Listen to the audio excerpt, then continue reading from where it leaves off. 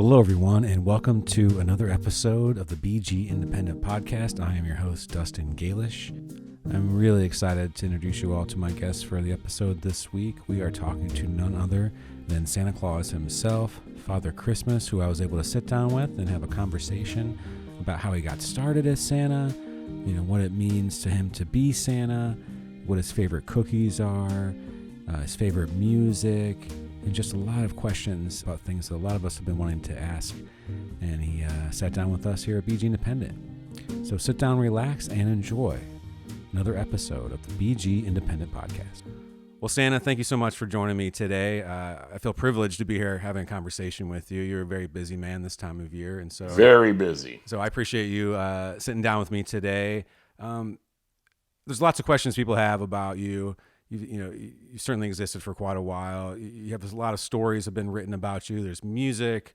There's just a lot of things that are centered around, your life and what you bring to the children each year. So my first question for you really is just, where did this really begin? Where were you born? A lot of times people just say the North Pole, but really, where are you from? How did this thing start for you?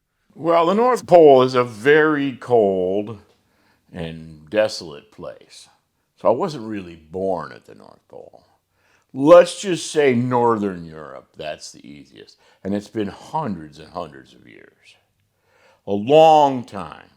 The North Pole is handy because of the reindeer I use. They live way up north. And so that's where I live now. But I was born a little further south. It's been a long time and a wonderful life. Do you feel like traveling the world, it kind of helps you experience things as sort of being in this isolated place up north by yourself? I mean, you certainly get to travel the world and see all these different parts of the world. They're not all cold. Some are very warm depending on the time of year. So has that been a part of the job you've really liked, to sort of travel the world and see all these different people? Well, I like travel. Unfortunately, I see the most of the world. It's all in one night and it's extremely fast. I do, however, like today, get out to other places around and I can spend a little time. And that's very nice, rather than that very frantic trip around the entire globe in one night at speeds unbelievable. And I'd like to say this, while the North Pole is a very cold and barren place, I'm not lonely up there. Not only are there the reindeer, there's obviously all those elves that do so much of the work. My chief job is planning, direction, and delivery. It's the elves that do all the hard work, making everything I need. Do you feel like sometimes the elves aren't given as much appreciation as they should for all the hard work they do? Well, they're very shy, and they don't really want a whole lot more adoration from the public. It's not what they do. And I certainly take every opportunity to thank them for their work. That's very good. I mean, there's so many things that make this possible for you to do this. It's just not you. It's the reindeer. It's the elves. It's the belief in you as well that gives you these magical powers. Do you think that, what have you seen that's changed over the years with, the kids? There's been a lot of changes. Society has different things, different toys. Kids are into different things. Is there anything you could say over, all these years you've been working that you've seen that's the same, that has not changed for kids over all these years? Well, one thing is the way that they look at you when they have questions. It's been the same for a long time. The belief that you can do something for them, a nice thing, without really any other reason other than it's a good thing to do. And that's wonderful. And that really hasn't changed. Now the toys and other things that you bring at Christmas have obviously evolved. Santa has had to learn a lot more about electronics and batteries over the last couple of decades than I ever had to know 200 years ago when none of that existed. But we all change. And the elves, they keep right up on this stuff. Every year they show me what's new, things I should know when I get out and talk to children. And so my commitment here is really based on having a really good network behind me. So another question I want to have, because I was talking to my son Maxwell, and he laid out some questions for you. And one that I kind of wanted to get into is really you had this thing at night where the children give you cookies and milk.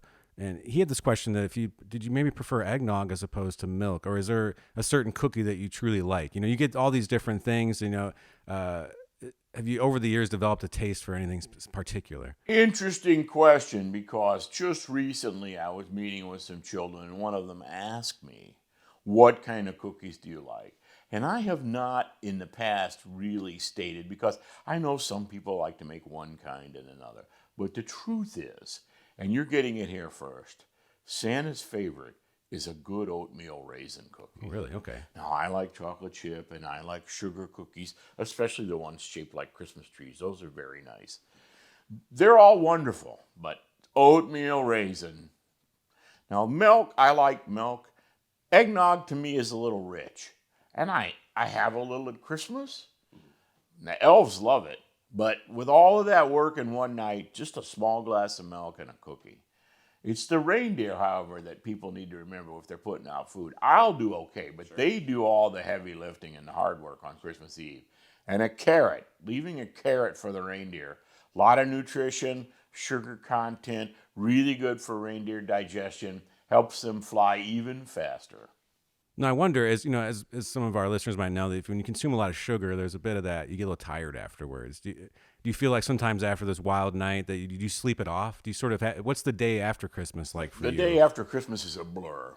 Santa goes right to bed. The reindeer go right to the barn. They get cleaned up, of course, curried by the elves, and given an extra ration of reindeer food, which is kind of a mix of oats and a few other things. But I get some sleep. It's a long night, and it's at such a frantic pace that if I hadn't done it for so many years, I don't think I'd try it. So let's talk a little bit about the reindeer. I think that I've always been sort of interested in about their history. Talked about, one of the reasons you're in the North Pole is because that's sort of their native area. But who was kind of is there an oldest reindeer? My son had kind of asked that, is there a, Rudolph seems to be obviously the youngest. He came in late to the party, but is there a senior reindeer? Is there sort of a captain of those that you sort of coordinate with more than some of the others? Well, I depend on their pulling strengths. That's why they're matched the way they are. They pull in twos. I usually use 8. Rudolph only comes out for really bad weather. Okay. So a lot of years Rudolph doesn't get used. The team is set up for 8, and they pull together, so they're matched in the way they pull. And I usually have Donner and Blitzen out in front. So I would say they're the captains of the reindeer team. But they don't have the same speed as some of the other reindeer. And that's why I have to put the faster reindeer in the back so that the whole team can pace itself. In terms of age, most reindeer seem to have a fairly finite life, but mine, for whatever reason, they're just always in the barn. And they've been there a long time. I think they got to a certain point and they developed an ability just to continue like I have. Do you think that some of the belief in them, like we talk about, there's stories written about the reindeer, they have become part of just Christmas time. They're not just these things that fly you around. They're characters themselves. They have personalities. Rudolph is one of the most, famous stories ever told at this point. Did you ever think that Rudolph would get the notoriety that he's gotten over the years? No, when I first saw Rudolph, I didn't know what to think. He was certainly unusual, but as he grew up, he evolved. Things change, and he's a very valuable member of the team when we need him. There are other reindeer people never hear of. I mean, the basic 8, because they're so well paired. But there's lots of other reindeer. I mean, in an emergency, I could call on up to a dozen more reindeer. There's plenty out there. And they're all very suited for the job. It's wonderful to work with them because they are such gentle animals and yet powerful. And that ability to fly the sleigh around the world all in one night, I'm still amazed. And I, quite frankly, having been in that sleigh for a long, long time, do not fully understand how it's done. That's good, because one of the questions that was presented to me by my son was, how does it work? And so in some ways, it's hard to explain. It's just the magic of it. It just kind of happens. I remember way back the first couple of times I tried this, I was just shocked because I couldn't quite get a handle on how it was happening. And yet, there I went. There are several aspects of the job at Santa that really kind of continue to amaze me. The other one is how those elves get so much loaded on a sleigh when it's a finite size looking at it, and yet they never seem to run out of room. People like to say magic. I'm not so sure it's magic as it is a place in the world. It's what they do. Thinking of you, right? Flying around in the world.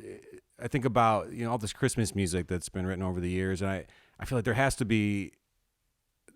Have certainly heard a lot of it, and I think about when you're flying around, you have sort of like a mixtape or songs that you listen to. It's like when you're in the car, you're on a road trip. Are there do you listen to certain Christmas music, and when you're out there, and sort of it'd be kind of because it's kind of quiet up there without anything else. It's just sort of an idea. You have to remember that the Claus has been making that run since long before any of this Christmas music was out there. Sure.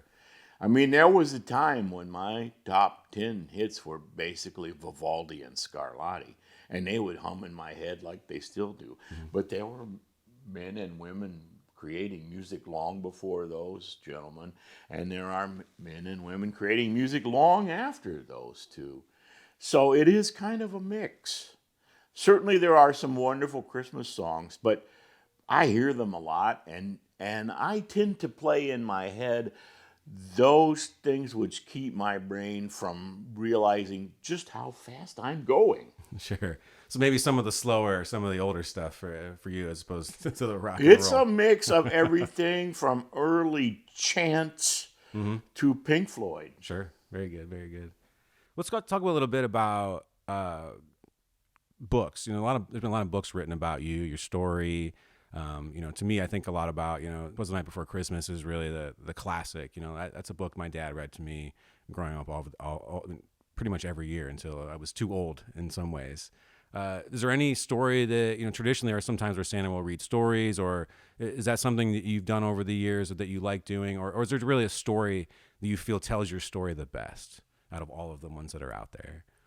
I think most of them are pretty good that I've read. As long as you don't try to invent things and make up facts about Santa, I don't have a problem with any of them. I think it's interesting that people write stories about Santa Claus and they think they have some kind of inside information, and I've never really met them. But as you say, the stories go way back. I think some of the earliest were written about 200 years ago, just about Santa Claus, and about earlier versions of me when I was working, in the old times doing similar things. There were stories then that weren't even written down. So I don't necessarily have a favorite. I like the theme, because the basic theme of all of the good stories is that good things are done for people for no real reason other than they should be done. I think that's a good way. And a lot of the years, there's a lot of focus on the naughty and nice list. And I think it feels like over the years that there's been less emphasis on that and more of the focus on just giving and how important that is. I think I've liked that idea and not focusing so much on what it feels like sometimes is just trying to make kids, maybe behave just so they don't make you angry. And I don't think that always necessarily worked. I think now it's more just teaching about your role is really about giving. Do you feel like that's something that's changed a little bit? Do you look at the naughty list as much as you used to, I guess? Well, it's certainly there. I get lists.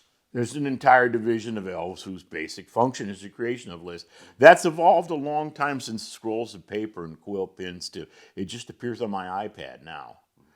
But the thing about the lists is it's really just a planning tool. And they can change easily. I don't mind so much people thinking that maybe there's a list. I don't know that it helps with their behavior. I just think it's a kind of a gentle reminder that they ought to think about who and what they are and what they're doing.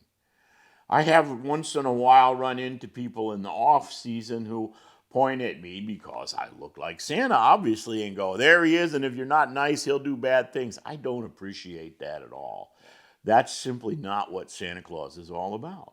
It's not what Father Christmas was about when Father Christmas was about. It's certainly not what's good St. Nicholas, who did wonderful things for people because they needed help. It's not what he was about. And so I don't think you should ever use Santa as some kind of tool or weapon to change or encourage behavior. That's not why I'm here. If, however, you want to point out that look what happened last year when you were especially good, hint, hint, hint, I don't see much of a problem with that because it's basically true. Well, here's my last question for you, and this is more of a very personal question. It's just, what do you get from being Santa? How does it, you think of the Grinch story, his heart grows, 3 times its size or 5 times whatever it was. Very interesting person, the Grinch. I love him dearly. We play cards occasionally. That's good to know because his story is so great. It's a story of redemption, right?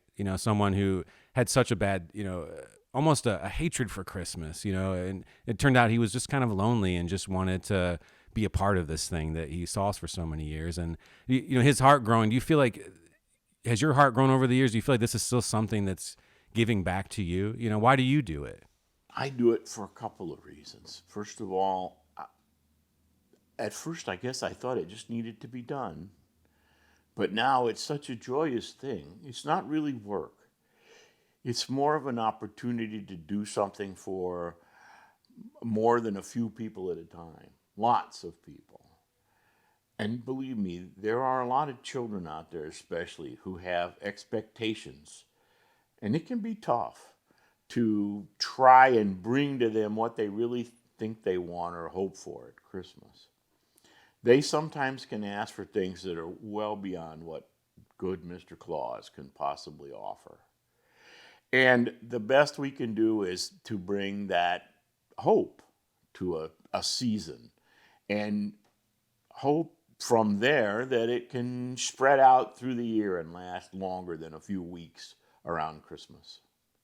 I really like that idea. It's like trying to bring something, that does come once a year and show you that it's possible to be this way all the time. Well, certainly it is. It's not like you go away after after Christmas. No, I take a couple of days off and start planning for the next year. And pretty soon, it's Christmas time again. But you never know what to expect. And every year is a little bit different. Well, Santa, I really appreciate you taking the time here today to sit down with me, to really give us a little more insight to your story and explain what you do and explain to us there's some things that you can't really explain either, which is... no, they're tough because I don't fully understand them. And I like that. I think that's important to know that not everything in the world has, a perfect explanation. And, Let me tell you one quick story about a boy I met a few years ago. He came to me and he said, in rather matter-of-fact tone, I'm 11 years old, and I know my family doesn't have any money.